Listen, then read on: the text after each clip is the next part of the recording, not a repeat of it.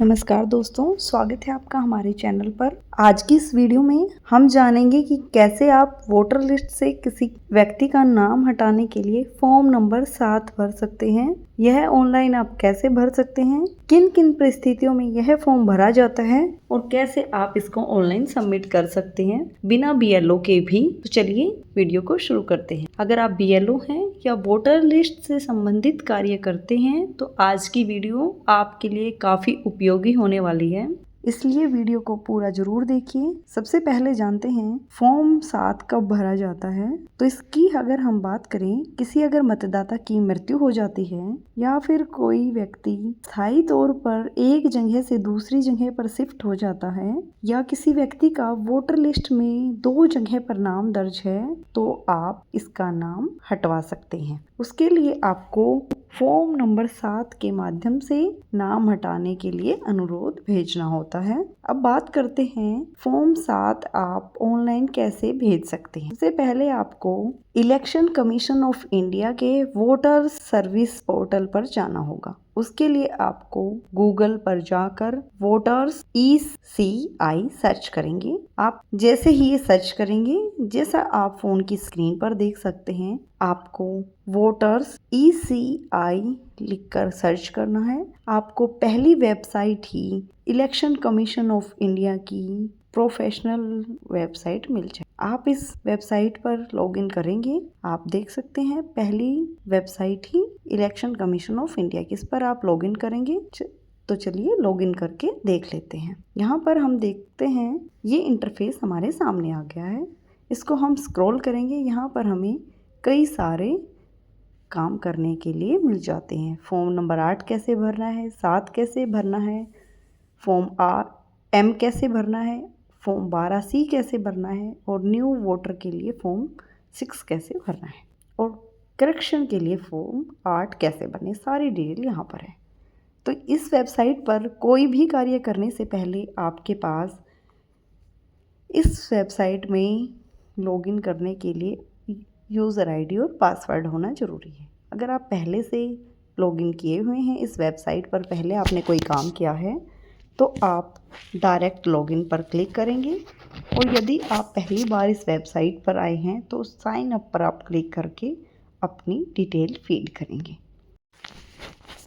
अपनी डिटेल यानी कि अपना मोबाइल नंबर, नाम और बाकी जो जानकारी हमसे पूछी जा रही है वो सबमिट करेंगे और उसके बाद जो नीचे बॉक्स में कैप्चा दिया गया है उसको एज इट इज़ नीचे जो बॉक्स है उसमें फीड करेंगे। आपको इसमें कोई एक्स्ट्रा स्पेस नहीं देना है और ना ही अक्षरों का फेरबदल करना है, यानी जो अक्षर कैपिटल में है उसको आप कैपिटल में रखेंगे और जो स्मॉल लेटर्स में है उनको आप स्मॉल लेटर्स में ही लिखेंगे। उसके बाद आपको ये टाइप करने के बाद नीचे जो कंटिन्यू का बॉक्स है उस पर क्लिक करना है। यहाँ पर आप देख सकते हैं जैसा कि आपको फ़ोन की स्क्रीन पर दिख रहा है, नीचे कंटिन्यू का ऑप्शन है, उस पर आप क्लिक करेंगे। यहाँ पर आप देख सकते हैं रिजेक्ट यूज़र ऑलरेडी एग्जिस्ट, यानी कि जो मैंने मोबाइल नंबर दर्ज किया है वो पहले से इस वेबसाइट पर मौजूद है। उस मोबाइल नंबर से पहले से हमने इस वेबसाइट पर लॉगिन किया हुआ है। तो ऐसी स्थिति में आपको बैक जाना है और लॉगिन वाले ऑप्शन पर जाना है। अब आपको साइन अप वाले ऑप्शन पर नहीं जाना है, लॉगिन वाले ऑप्शन पर जाना है। लॉगिन में आपको आपका मोबाइल नंबर फीड करना है और साथ में जो कैप्चा आपको दिया गया है वो कैप्चा आपको यहाँ पर एज इट इज़ फीड करना है।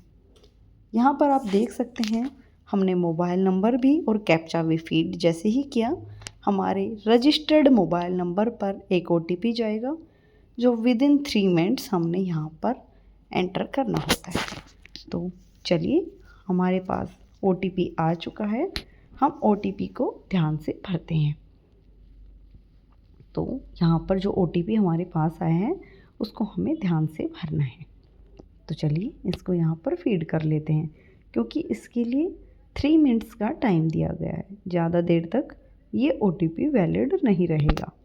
तो ये हमने OTP यहाँ पर फीड किया। OTP फीड करने के बाद यहाँ पर आप देख सकते हैं हमारी डिटेल आ चुकी है कि हमने किस नेम से यहाँ पर पहले एंट्री की हुई है। आपका नाम यहाँ पर आ जाएगा। यहाँ अब आप सारे कॉलम देख सकते हैं। हमें जाना है फॉर्म नंबर 7 के लिए, क्योंकि हमें अपनी वोट है जो मतदाता पहचान पत्र से अपना नाम हटवाना है। तो चलिए, यहाँ पर user does not have epic number in his her profile, तो इसके लिए हम यहाँ पर दोबारा से क्लिक करेंगे। दोबारा से हम यहाँ पर फिल फॉर्म 7 ओवरसीज पर हम क्लिक करेंगे और ये जो डिलीटेशन ऑफ इनरोलमेंट है इसको कट कर देंगे। पहले इसको यहाँ से कट कर देंगे। आप देख सकते हैं फ़ोन की स्क्रीन पर ये आपको बड़े ध्यान से करते हुए चलना है, क्योंकि कई बार वेबसाइट में प्रॉब्लम के कारण आपको ये ऐसा दिखाई दे सकता है। तो इसको आप एक बार बैक करेंगे या फिर ऊपर से जो क्रॉस का निशान है वहाँ से इसको कट कर देंगे। अब यहाँ से हमारे से पूछा जा रहा है आप ये फॉर्म किसके लिए भर रहे हैं, सेल्फ या अनदर वन, या फिर किसी और का आपको ऑब्जेक्शन है। उसके बाद आपको आपका राज्य सिलेक्ट करना है। Select first name, select part number और सिलेक्ट सीरियल नंबर आपको सिलेक्ट करना है। उसके बाद सबमिट करना है।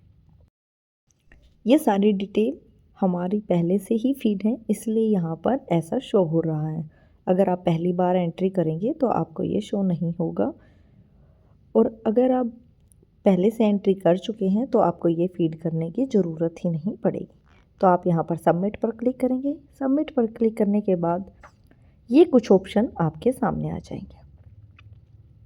यहाँ पर आप देख सकते हैं, जैसा कि आपकी फ़ोन की स्क्रीन पर है, फॉर्म नंबर 7 आपके सामने ओपन हो गया है। यहाँ पर कुछ गाइडलाइंस भी दी गई हैं जो आप चेक कर सकते हैं। जो ये ब्लू लाइन है यहाँ पर आप क्लिक करके चेक कर सकते हैं क्या क्या गाइडलाइन दी गई है।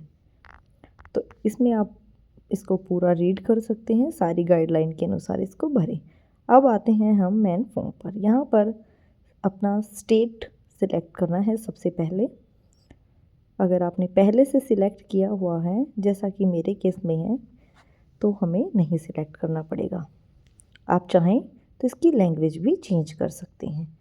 अगर आप इस फॉर्म को हिंदी में भरना चाहें तो आप हिंदी में भी कर सकते हैं। उसके बाद आएंगे हम नेम ऑफ असेंबली। हम जो हमारी असेंबली है उसका नाम चुनेंगे। उसके बाद जो जो डिटेल आपसे मांगी जा रही है वो सारी आप फीड करते जाएंगे और नेक्स्ट पर क्लिक करेंगे। इसके बाद कॉलम बी में हमसे डिटेल मांगी जाएगी, नेम ऑफ द एप्लीकेंट। यहाँ पर आपको एप्लीकेंट का नाम दर्ज करना है, एपिक नंबर दर्ज करना है और मोबाइल नंबर ऑफ सेल्फ, खुद का मोबाइल नंबर है तो वो यहाँ पर कॉलम 1 में भरना है, और अगर किसी रिलेटिव का है तो नंबर 2 में भरना है। एप्लीकेंट में उस इंसान की डिटेल आएगी जो इस फॉर्म के लिए ऑब्जेक्शन उठा रहा है। अगर वह है अपने लिए फॉर्म भर रहा है, यानी कि उनकी 2 वोट हैं, तो वो जो उनको मेन वोट रखनी है उनको वो ऊपर कॉलम बी में रखेंगे और नीचे वो जो वोट उनको कटवानी है उसको रखेंगे। और यदि उनके किसी फैमिली मेम्बर की डेथ हो चुकी है तो वो उनकी वोट के लिए ये ऑब्जेक्शन लगा रहे हैं वोट कटवाने के लिए, तो यहाँ पर ऊपर उनकी डिटेल होगी और नीचे जो कटवाना है उसकी डिटेल होगी। और यदि वह परमानेंट शिफ्ट हो गई हैं तो उसमें भी उनकी खुद का ही होगा और शिफ्ट का रीज़न चुना जाएगा। ऑप्शन ऑफ एप्लीकेशन ऑब्जेक्शन, यहाँ पर कुछ ऑप्शन दिए गए हैं। आप उनमें से जो भी आपकी वोटर लिस्ट यानी कि वोटर कार्ड से आपका नाम हटवाने के लिए रिक्वेस्ट है, वो आप किस रीज़न से कर रहे हैं, वो इन सारे रीज़न्स में से आप चेक करके ऐड करेंगे। तो यहाँ पर सारे रीज़न्स को आप ध्यान से पढ़ें। जो भी आपका रीज़न है, अगर मतदाता की मृत्यु हो चुकी है या फिर मतदाता परमानेंट कहीं पर शिफ्ट हो चुका है, तो उस केस में भी आप फॉर्म नंबर 7 भर सकते हैं। और यदि जो मतदाता है उसकी डबल वोट बनी हुई है तो 1 वोट कटवाने के लिए आप फॉर्म नंबर 7 भर सकते हैं। इसके लिए आपको कारण जो भी आपका रीज़न है वो सिलेक्ट करना है। अब यहाँ पर आपको उस व्यक्ति का नाम दर्ज करना है जिनके लिए यह फॉर्म अप्लाई किया जा रहा है, यानी जिस पर ऑब्जेक्शन है, उनका यहाँ पर नाम दर्ज करेंगे। नाम, इपिक नंबर ऑप्शनल है, आप इसे चाहें तो भर सकते हैं। उसके बाद उसका जो परमानेंट एड्रेस है, पिन कोड है, वो सारी चीज़ें यहाँ पर, डिस्ट्रिक्ट और स्टेट, सारी चीज़ें यहाँ पर भरनी है और नेक्स्ट पर क्लिक करना है। ये क्लिक करने के बाद नीचे प्लेस का ऑप्शन है, प्लेस पर आप अपनी जगह का नाम मेंशन करेंगे और बाय डिफ़ॉल्ट आपको डेट सिलेक्ट मिलेगी जिस भी दिन आपको ये फॉर्म ओपन करेंगे। उसके बाद आपके सामने नेक्स्ट का जो बटन है वो ओपन हो जाएगा, उस पर आप क्लिक करेंगे। फिर आगे प्रोसीड करेंगे। जो पार्ट डी है वहाँ पर आपको कैप्चा भरना है। जो कैप्चा ऊपर बॉक्स में दिया गया है ग्रीन वर्ड्स में, उसको आप नीचे एज इट इज़ फीड करेंगे। ये फीड कर सकते हैं आप, आपको जो भी कैप्चा जहाँ भी मिले आपको वो एज इट इज़ ही फीड करना है। उसके बाद हम आगे चलेंगे। इसके बाद आप इसको सबमिट करेंगे। जैसे ही आप इसको सबमिट करेंगे, ये आपके एरिया के जो बीएलओ हैं उनके ऐप पर चले जाएगा, उनको ये शो होगा, वो इनको चेक करके वेरीफाई करेंगे और उसके बाद वेरीफाई करने के बाद ये कटने के लिए आपके पास नीचे ऑप्शन ऑफिस में चले जाएगा। चेक भी कर सकते हैं। उम्मीद करती हूँ आपके सारे डाउट क्लियर हो गए होंगे। अगर फिर भी आपका कोई क्वेश्चन है तो आप कमेंट करके हमसे पूछ सकते हैं। अगली वीडियो आपको किस टॉपिक पर चाहिए उसके लिए भी आप हमें सुझाव दे सकते हैं। तब तक के लिए जय हिंद। वीडियो समझ आ गया होगा।